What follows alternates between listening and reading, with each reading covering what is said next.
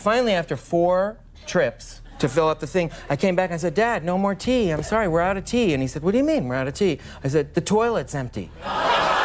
Paul Reubens survived 2 major scandals that destroyed his career. The 1991 arrest, the 2002 home raid. But what fans didn't know was much worse. For 6 years, he was hiding something that made those public humiliations look small. Even while filming his final documentary, he never told anyone. He kept working, kept smiling, kept pretending everything was fine. The truth only came out one day after he died in 2023. What he was secretly battling will break your heart. This wasn't just about false accusations anymore. Paul Reubens was born as Paul Rubenfeld on August 27, 1952, in Peekskill, New York. His childhood was shaped by stories that didn't sound real, but they were. His father, Milton Rubenfeld, had lived a life like something out of a movie. He flew planes during World War II, first for the U.S. Army, then for Britain's Royal Air Force. In 1948, he secretly helped build the Israeli Air Force, flying smuggled planes into war zones during the Arab-Israeli conflict. These weren't just stories Paul heard once or twice. He grew up surrounded by them. His dad had nearly died in those flights.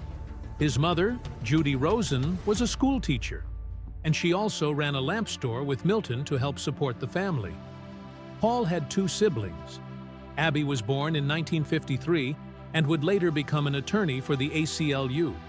Luke, born in 1958, became a dog trainer. When Paul was still young, the family left Peekskill and moved to Oneonta, New York. Life there was quiet, but Paul's imagination never was. His father's war stories were full of danger and survival, and even though Paul never fought in any war, he grew up feeling like life could change in an instant. By 1961, when Paul was just 9, the family moved again, this time to Sarasota, Florida. They wanted to escape the cold and start over. What they found instead was something totally unexpected. Sarasota wasn't just a sunny town. It was home to the Ringling Brothers and Barnum and Bailey Circus. It wasn't unusual for Paul to see tightrope walkers or human cannonballs living right down the street.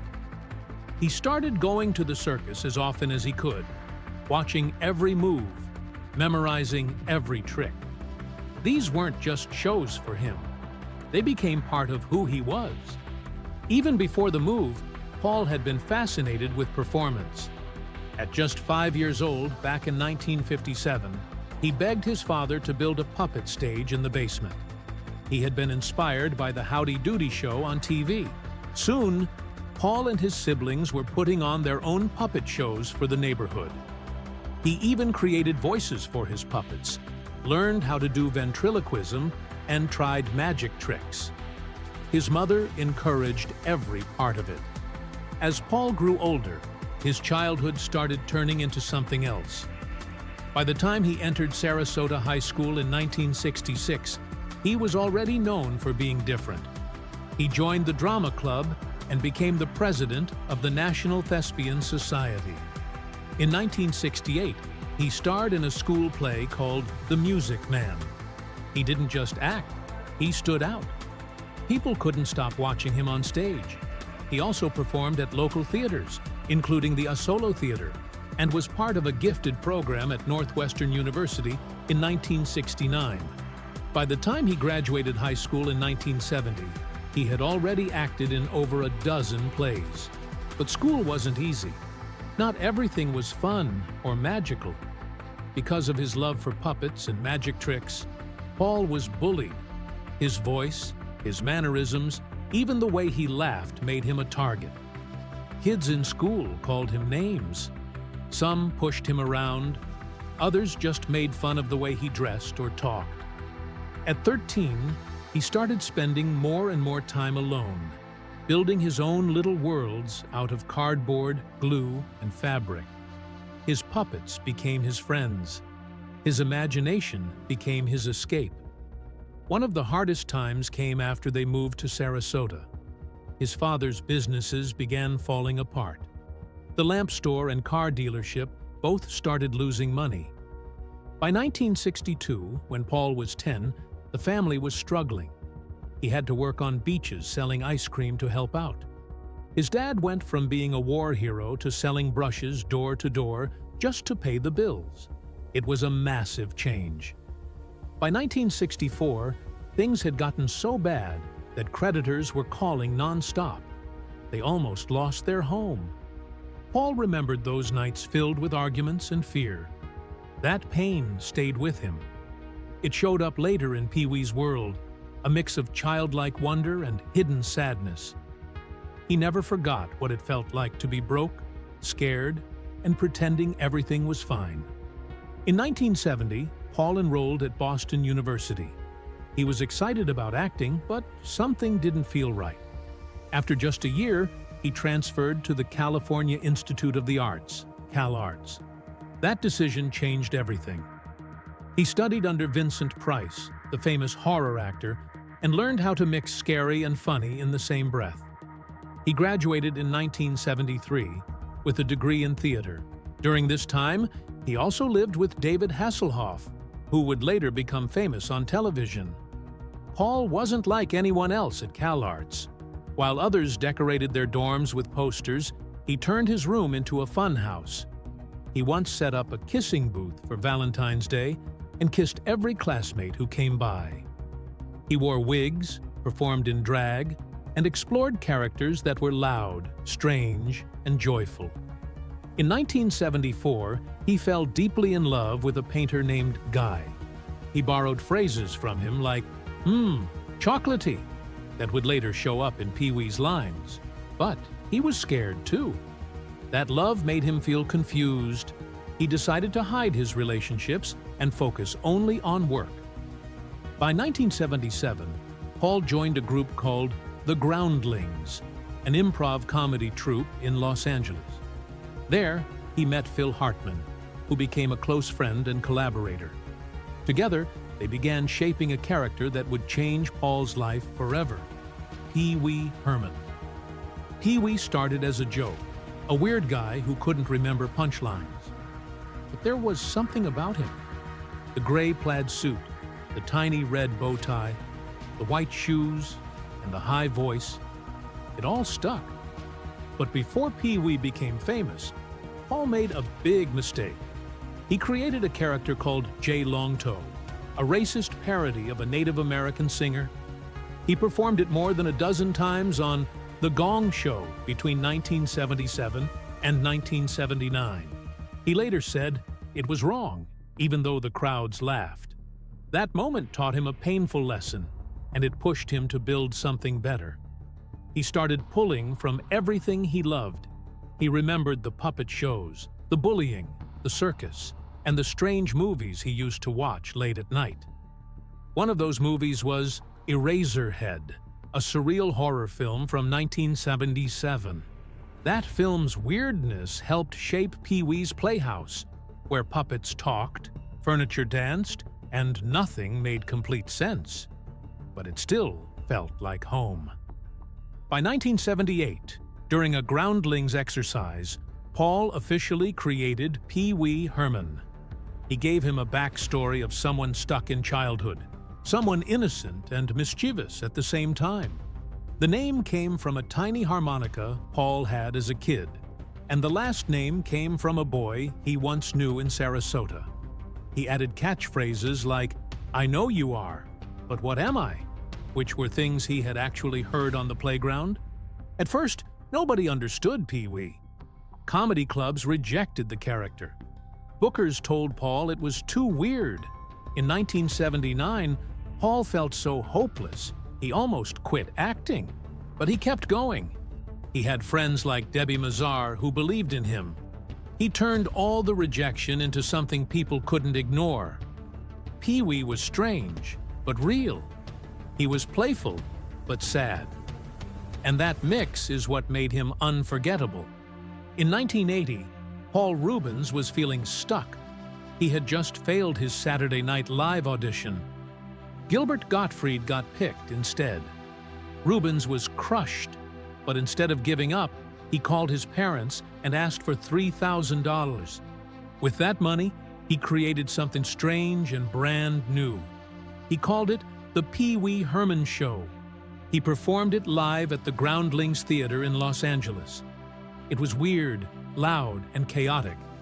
Pee Wee wore a gray suit, had a squeaky voice, and acted like a grown-up child. There were puppets, talking furniture, and silly games. Adults came at midnight. Families came in the afternoon. People didn't know what to make of it, but they couldn't stop watching. By February 1981, it had become a local hit. What started as a rejection turned into a sold-out show. In September 1981, Reubens moved the show to the Roxy Theater in West Hollywood. It ran for 5 straight months, completely sold out. More than 500 people packed the place every night. HBO came to record it and aired the special on September 11, 1981. That moment changed everything. Now people across the country knew Pee Wee. The set had a talking chair, a magic screen, and puppets everywhere. But one night, something went wrong. A huge stage prop almost collapsed on Reubens during a live performance. Instead of panicking, he used it in the act and made the crowd laugh even harder. It could have been a disaster. Instead, it became a legendary moment. Fans loved it more because of that. By 1982, Reubens took the show to Broadway. The sets were bigger. The audience was even larger. Over 1,000 people came every night. Lawrence Fishburne played Cowboy Curtis. Phil Hartman played Captain Carl.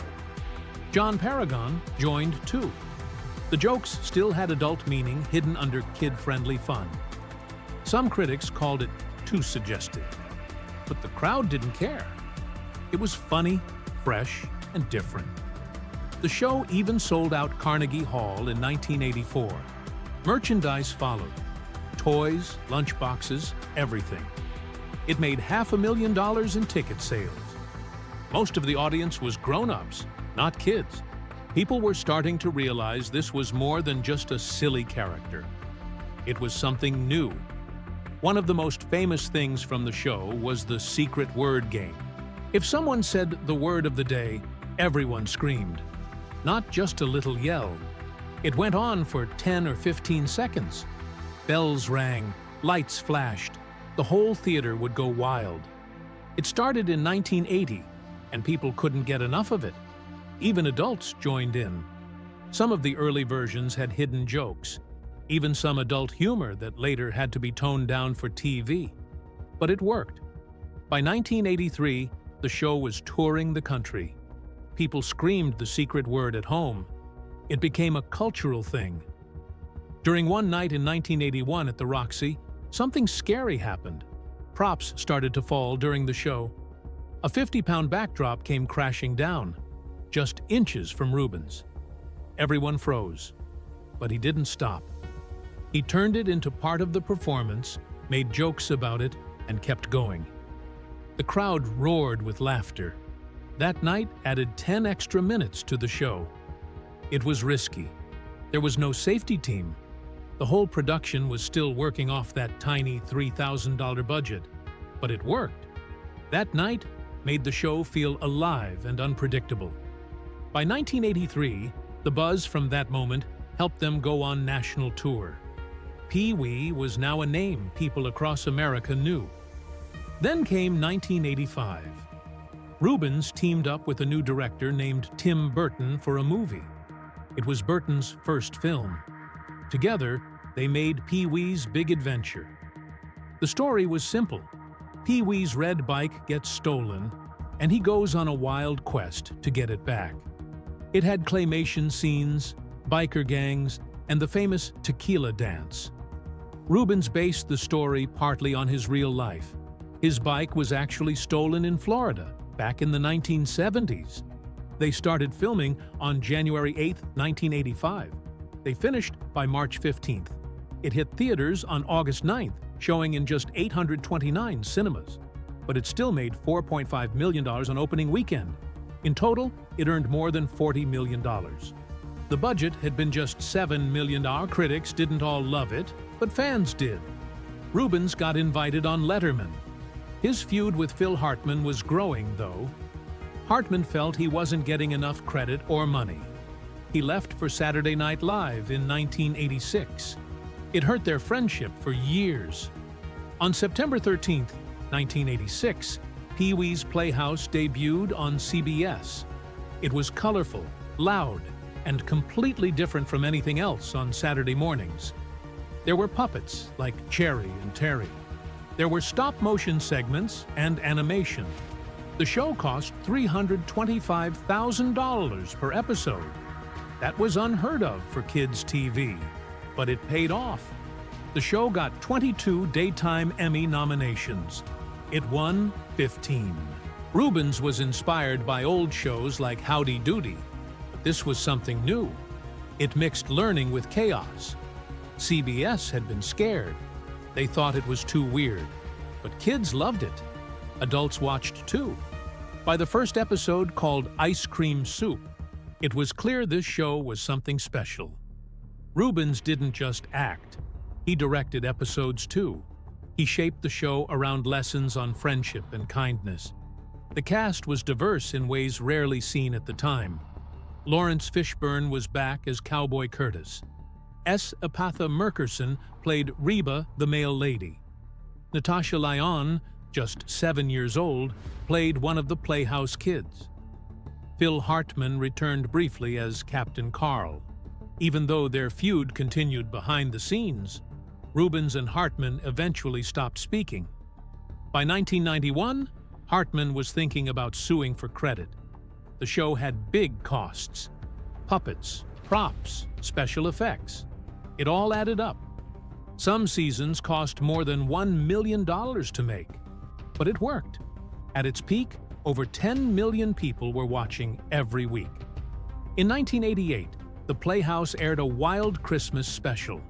It came out on December 21st.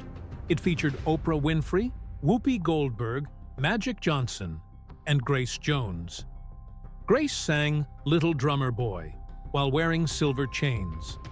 Santa warned Pee-wee that his gift list was too long, 1.5 miles long in the story, and that the world would run out of presents. It was funny, but also had a message about giving. It aired in primetime and pulled in 20 million viewers. It even got 3 Emmy nominations. That same year, on July 20th, Pee-wee got a star on the Hollywood Walk of Fame. He showed up on a tiny bike, still in character. He didn't want the star under Paul Reubens. He wanted it under Pee-wee Herman. It took 6 months to convince them, but he got it. Also in 1988, Pee-wee returned to the big screen with Big Top Pee-wee. This time, he lived on a farm and got caught in a love triangle. There were real circus animals, even an elephant that delayed filming by 3 days. But the movie didn't do well. It made just over $15 million, barely covering its budget. Fans didn't connect with the romantic plot. Critics gave it harsh reviews. It scored just 35% on Rotten Tomatoes. Reubens had pushed for more adult themes, but they didn't land. That film marked the start of Pee-wee's decline. Still, Reubens kept showing up.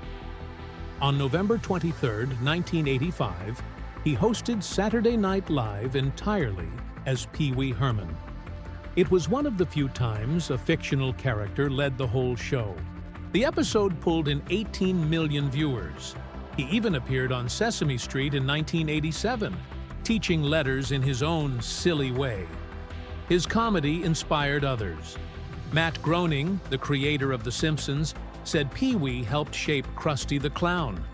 Over 15 Pee-wee references appeared in Simpsons episodes by 1995. One SNL sketch had Pee-wee marrying fruit. It was so bizarre, they cut it from reruns. In 1986, Reubens did something unexpected. He voiced a spaceship computer named Max in Flight of the Navigator. The voice was funny, but had a strange edge. He recorded the whole thing in one day. on July 15, 1985, improvising much of it. It showed he wasn't just Pee-wee. In 1990, he also guest starred on Murphy Brown, playing a secretary named Andrew. His 7-episode arc earned him an Emmy nomination in 1995. He had range. He could do more than just be silly. There was one decision Reubens would come to regret. In 1988, Tim Burton asked him to be part of Batman. Reubens had helped launch Burton's career years earlier, but Reubens said no. He wanted to focus on Big Top Pee-wee and the Playhouse. That Batman movie ended up making over $400 million. It launched the modern superhero era. Reubens later admitted he should have said yes. Maybe it would have helped during what came next. Then came the downfall. It all started on July 26, 1991, in Sarasota, Florida. Paul Reubens, the man behind the beloved Pee-wee Herman character, was arrested in an adult theater. The police had been doing a sting operation and caught him during a movie. They said he was touching himself in public. At first, they didn't even know who he was. But when he told them, he even offered to perform as Pee-wee at a children's charity event if they dropped the charges. They refused. The next day, the news exploded. On July 27th, CBS immediately pulled all Pee-wee's Playhouse reruns, even though the show had already ended in 1990. Disney MGM Studios also removed Pee-wee content from their tour. Toys R Us cleared his toys from their shelves. That one arrest wiped out nearly $10 million in possible sales almost overnight. What happened next showed just how fast fame can turn into shame. The media turned the story into a storm. They didn't just report the facts. They attacked his character, mixing Pee-wee's innocent image with the adult situation. Old records came up. A 1971 loitering charge. A 1983 marijuana arrest. Headlines called him a pervert. Late-night hosts made non-stop jokes. Some conservatives cheered his downfall, mocking his quirky style and calling him dangerous. Brands ran away. He lost endorsement deals, including a massive one with CBS, which had been making him $5 million every year. Over 500,000 Pee-wee dolls were pulled from stores. He disappeared from the spotlight, hiding at a friend's house in New Jersey. For months, he stayed silent. Then, during the 1991 MTV Awards, he came out on stage and simply asked, "Heard any good jokes lately?" The crowd gave him a standing ovation, but the damage was already deep. Even though surveys showed most fans still supported him, the media noise drowned it out. He stayed away from major roles for 2 years. By November 7, 1991, Paul took a deal in court. He didn't fight the charges. He pleaded no contest and got a small fine of $135.75 plus 75 hours of community service. He made 2 anti-drug videos to fulfill it. He avoided jail time. The record was sealed later, but the headlines were never erased. Celebrities like Cyndi Lauper and Bill Cosby called the reaction unfair. They said it was all blown way out of proportion. In cities like New York, Los Angeles, and San Francisco, fans protested to bring his show back. Polls showed huge support, but Hollywood kept its distance. People started arguing over what fame really meant and how quickly it could be destroyed. Reubens always said he didn't do anything wrong. There was even a video that showed him in the theater lobby during the time they said the act happened. But by then, the public had already made up its mind. After everything, he tried to move on. In 1992, he got a role in Buffy the Vampire Slayer, playing a strange vampire named Amelin. He was paid $150,000 for that part, and the movie came out on July 31st that year. It made over $16 million in the U.S. Critics said he was funny, but people still couldn't forget the scandal. He struggled to find work. From 1992 to 1999, he was in only 5 projects. Some were voice roles, like in The Nightmare Before Christmas. But the big offers didn't come. He missed out on deals worth millions. Talk shows didn't invite him back until 2010. It was like the world had put him in a box he couldn't escape. What made everything worse was how that 1991 arrest happened. The police had targeted adult theaters, claiming they were cracking down on public indecency. But many said it was really aimed at gay men. 4 people were arrested that night, and Reubens later said it felt like a witch hunt. He believed the police didn't like people like him. He was quiet about his personal life, but this made things harder. A friend in the police lent him $22 to help pay his $219 bail. She got suspended. After that, he hid in Nashville before moving again. Supporters like John Waters said the whole thing was full of judgment and fear. For years, Reubens stayed away from cameras. It wasn't until 2010 that Pee-wee returned, but by then, the cost was already too high. He had lost about $15 million in chances. Then, in November 2002, everything got worse. While working on an Elton John music video, his home was raided by police. They had gotten a tip from actor Jeffrey Jones, who was facing his own charges. Police took over 70,000 items from Reubens' collection. They said some were child pornography. Reubens turned himself in. But later, prosecutors dropped the serious charges. They said the material wasn't enough for felonies. What remained was one misdemeanor. Reubens said the items were old art and vintage pieces, some over 100 years old, not illegal. He pled guilty to a lesser charge in 2004, paid a $100 fine, and got 3 years probation. But the headlines didn't say that. They ran with the word pedophile, and that label stuck. Those lies followed him for the rest of his life. In a 2025 documentary called Pee-wee as Himself, friends revealed how deeply it hurt him.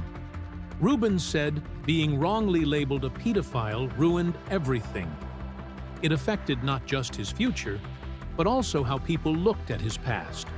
News channels reported the arrest, but ignored the dropped charges. He fell into depression. Brands dropped him. His fortune shrank. He stayed out of the spotlight. He was also hiding something else. He was gay. In over 40 hours of footage, he talked about being closeted and how that made everything harder. After his 1991 arrest, he stayed at Doris Duke's estate, barely seeing anyone. And from 2017 on, he was hiding something even more painful. That year, he was diagnosed with acute myelogenous leukemia and metastatic lung cancer. For 6 years, he fought in silence.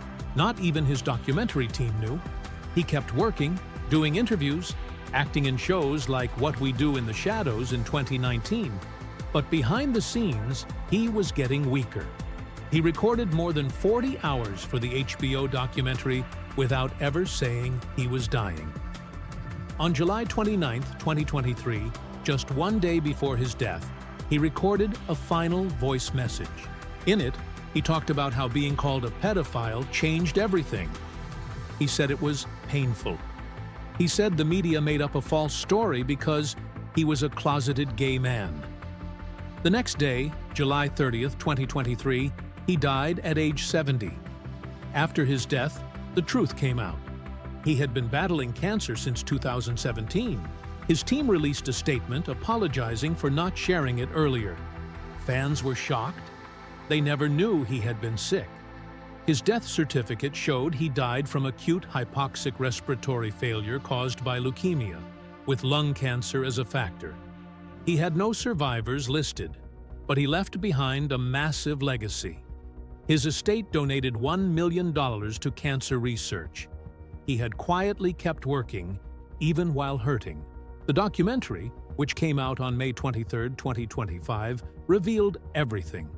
Directed by Matt Wolf, it showed the real Reubens, his struggles, his talent, his pain, and his deep desire to be understood. It also showed how much he changed comedy. Pee-wee's Playhouse won 22 Emmys and became a cultural icon. The 2025 documentary won awards too, including a Gotham TV Award and a TCA Award. It even earned 5 Emmy nominations. Critics loved it. Rotten Tomatoes gave it a perfect score.